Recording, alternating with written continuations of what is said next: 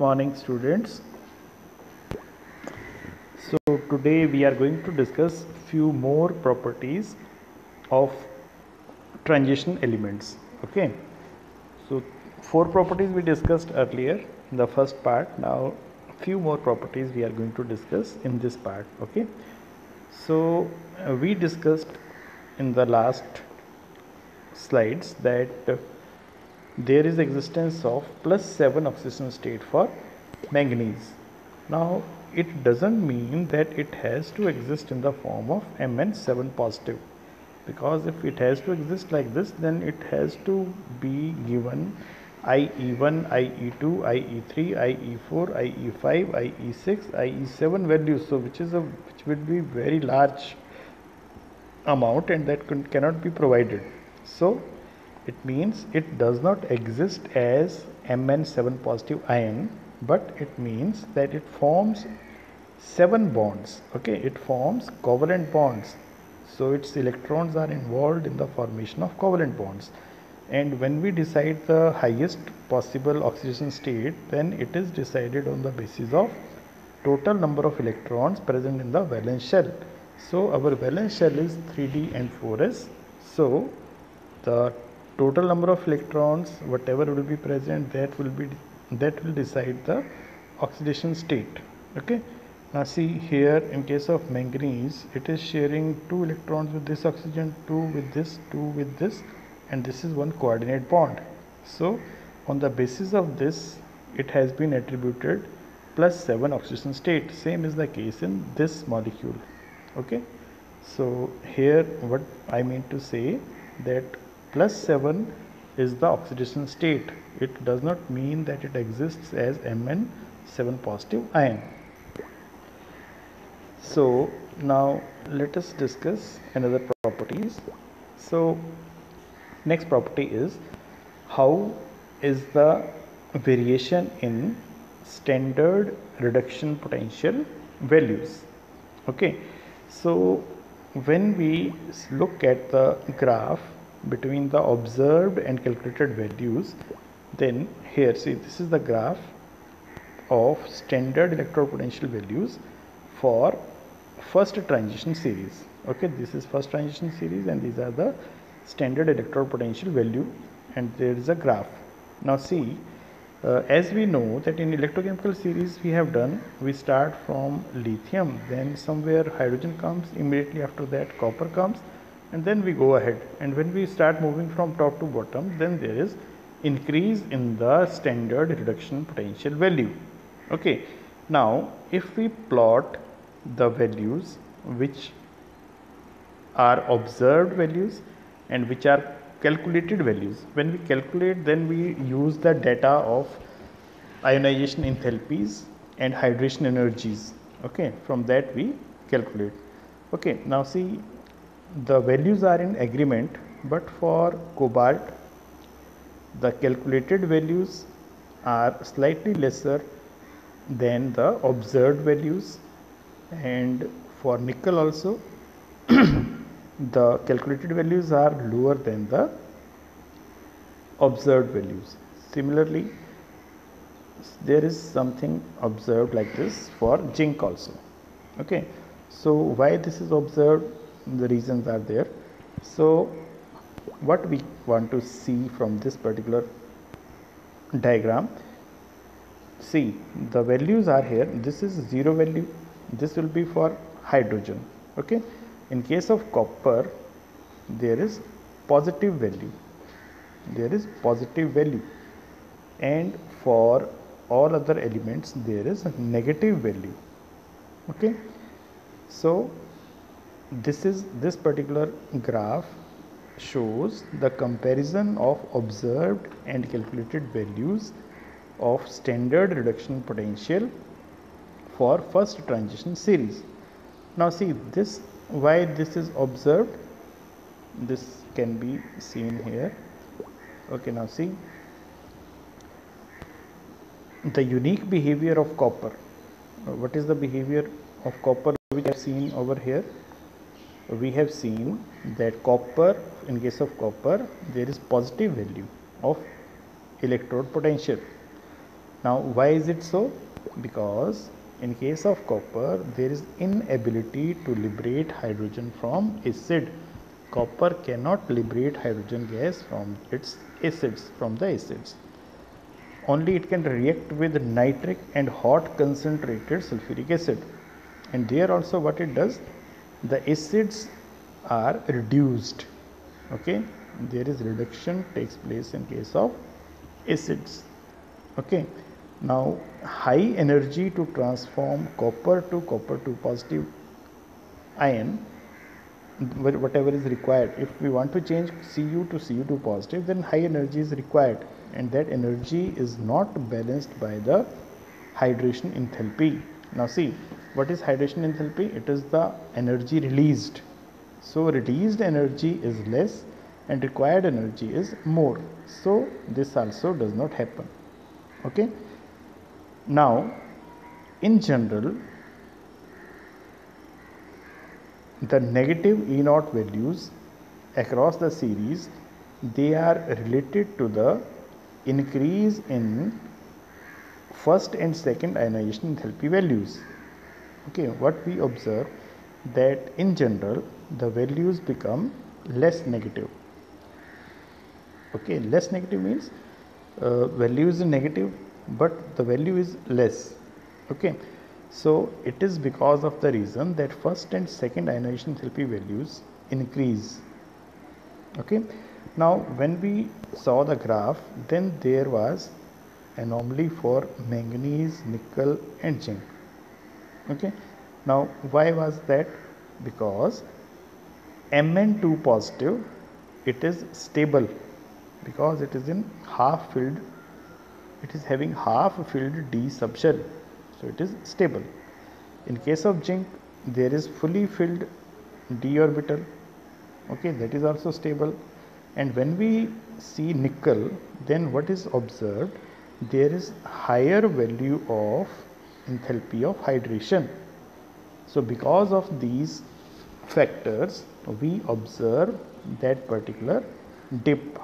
Okay, so this was the reason over here. See what we said, this is because of these reasons. This is extra stable. Okay, and in case of nickel there is more value of enthalpy of hydration. Now on the basis of this, we are asked questions like this: why Cr2 positive is reducing in nature and why Mn3 positive is oxidizing in nature, although they are having the same configuration D4. So what we will say, okay, in next chapter we are going to discuss crystal field splitting. There we will explain it in more detail. See, this is our d orbital where there are 5 orbitals. This splits and it forms 2 sets. One set contains the 3 orbitals and the other set contains 2 orbitals. The lower one is called T2G set and the upper one is called EG set. Okay, now see, when Cr2 positive gets reduced, then it changes from means not reduced, when it shows reducing agent character. Okay, then what has to happen, it will undergo oxidation. It will undergo oxidation means it will remove an electron, will be removed from this. Okay, so it will change from D4 to D3 state. Okay, what does it mean? It means this set will be exactly half filled, so it will make it more stable. Okay, so this is what we have explained, that Cr2 positive is reducing in nature because if it shows reducing agent character, then it changes from D4 to D3. Okay, and when it changes from D4 to D3, then it's T2G sublevel that gets fully filled, means half filled, and half filled are more stable. Okay, similarly when Mn3 positive changes to Mn2 positive, means when it shows oxidizing character. Oxidizing character means it has to undergo reduction. So in Mn2 positive there is presence of 5 electrons in d orbital. So D5 means it is half filled. So half filled and fully filled forms are extra stable. So it means Mn3 positive will tend to have D5 configuration by acting as oxidizing agent. Okay, so Mn3 positive acts as oxidizing agent, whereas Cr2 positive acts as reducing agent. Okay, so this is the reason why it happens. Now let us discuss that in different states what are the colors shown by different ions. Okay, now let us talk about vanadium. Vanadium shows oxidation states of +2, +3, +4, +5.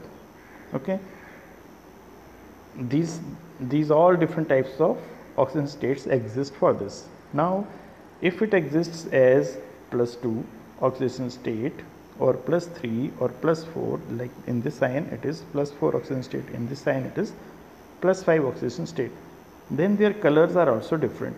In +2 it is violet, in +3 it is green, in +4 it is blue, for +5 it is yellow in color.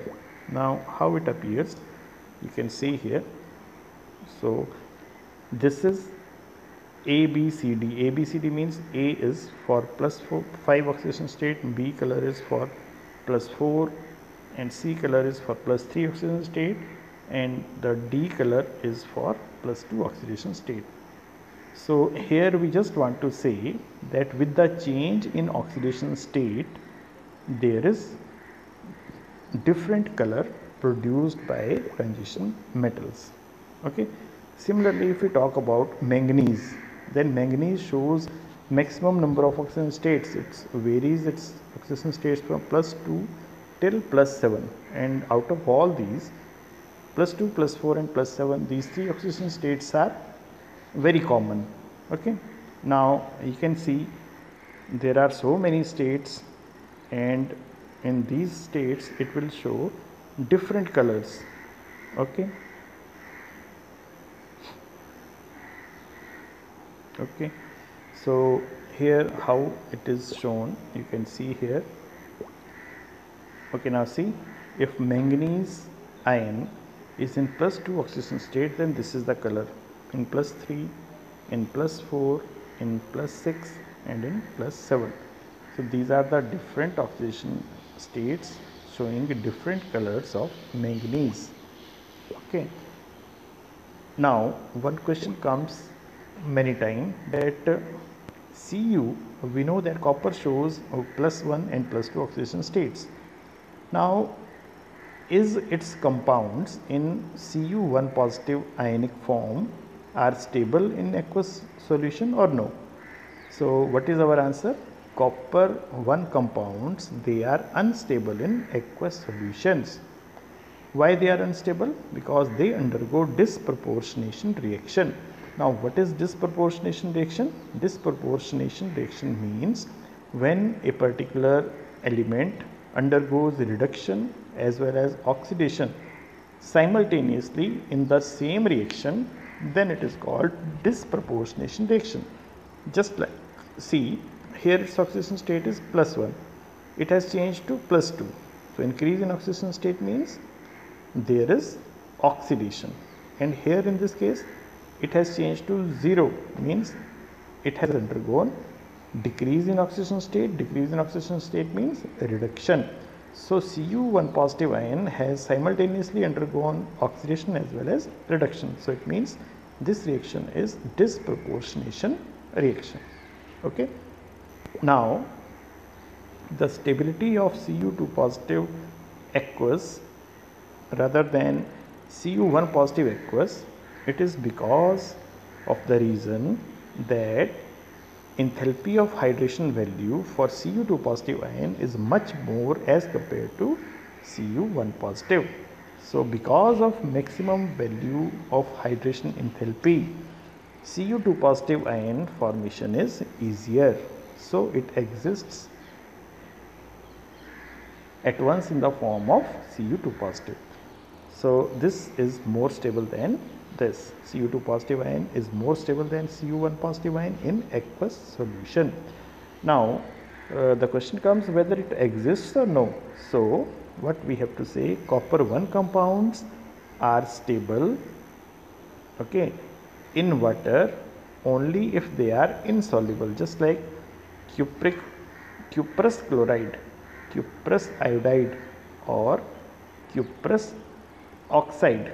Okay, they are insoluble in water, so they are stable in their aqueous form.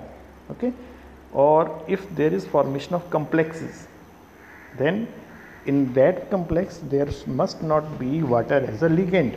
Now see, whatever is written inside the square bracket attached with central atom, that is called ligand.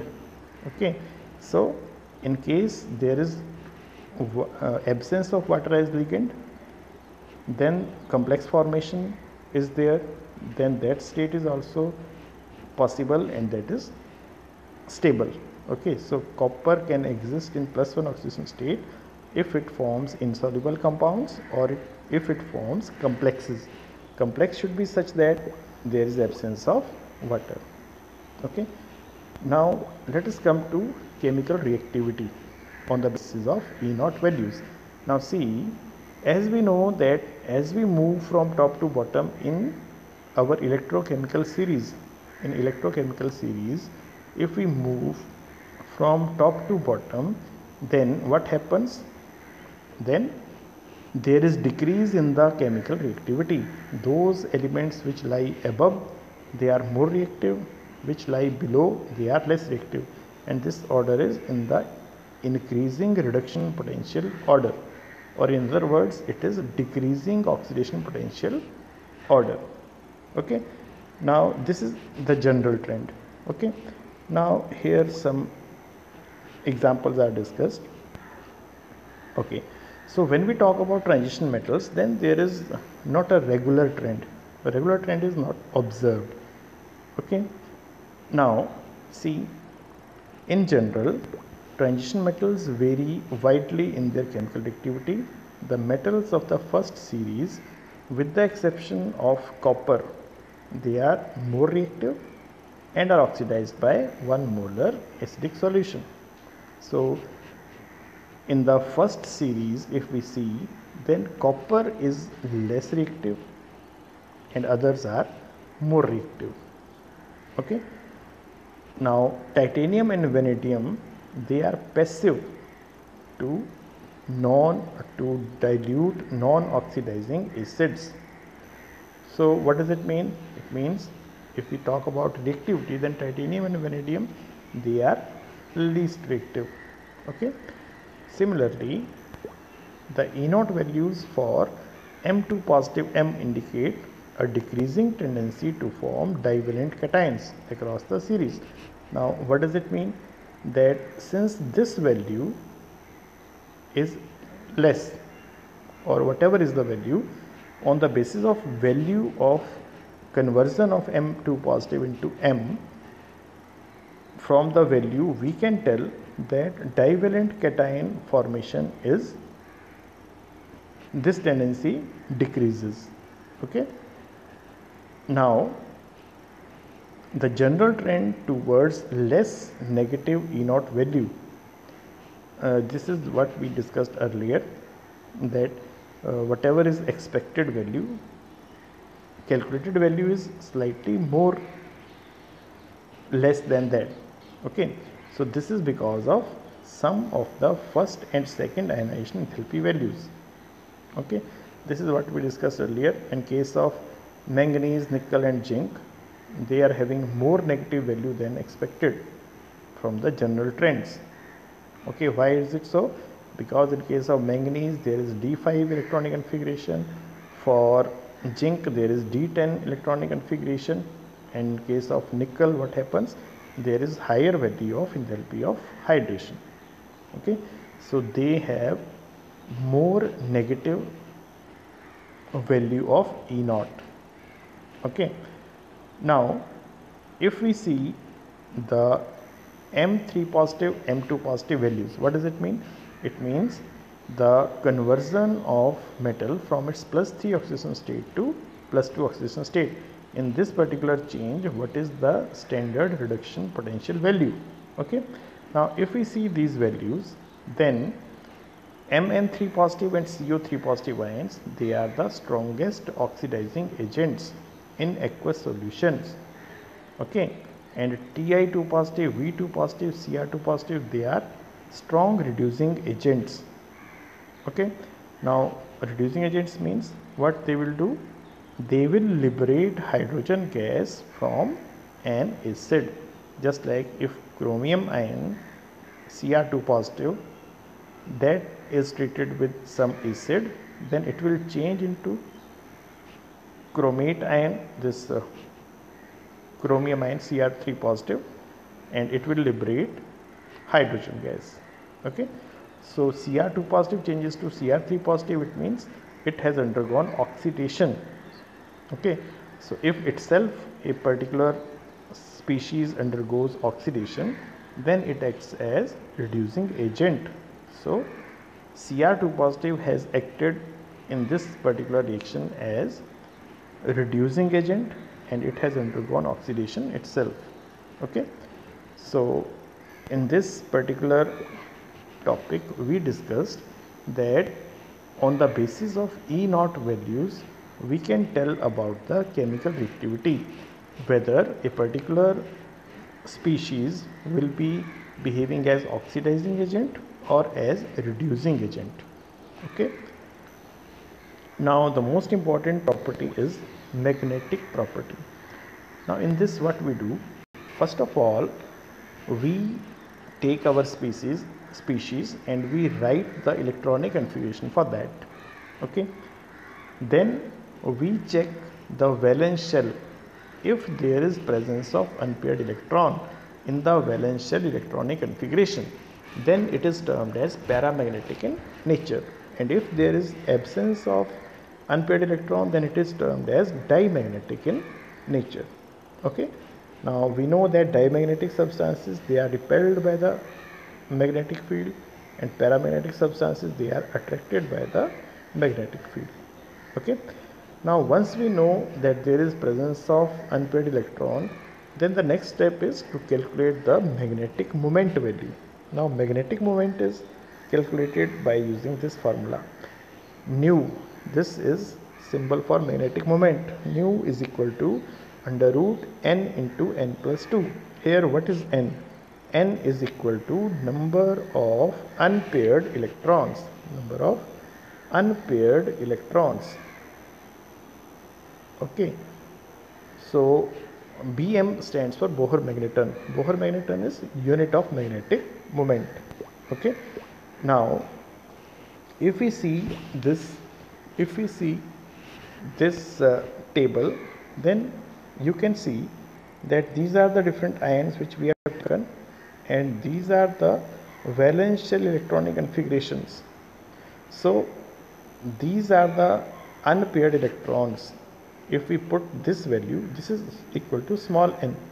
Now if we put the value for Sc3 positive and for Zn2 positive, magnetic moment value is 0. Okay, and if we calculate magnetic moment value by using the formula, then these are the different values obtained. Okay, so it is very important question. Many times you are asked for this, just like here. What is given to us? Calculate the magnetic moment of a divalent ion. Now see, here we are given with atomic number, and it is told that it is a divalent ion. So let us suppose this is the element. Divalent means valency is 2. It means this is the ion in general, M2 positive. Now M has atomic number 25. So what we are going to do? We will write electronic configuration for 25. Then we will check the valence shell.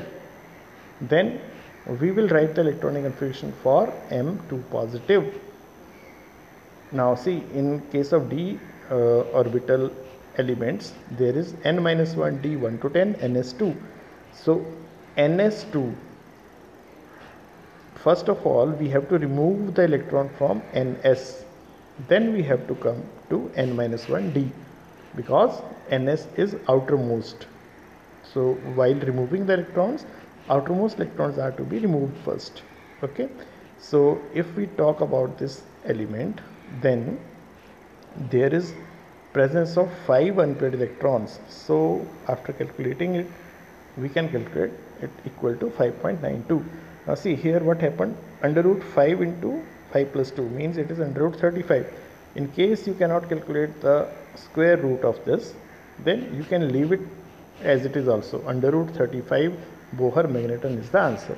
Okay, then your marks will not be deducted. Okay, so whatever we have discussed now, on the basis of that you have to solve these home assignments. Okay, thank you.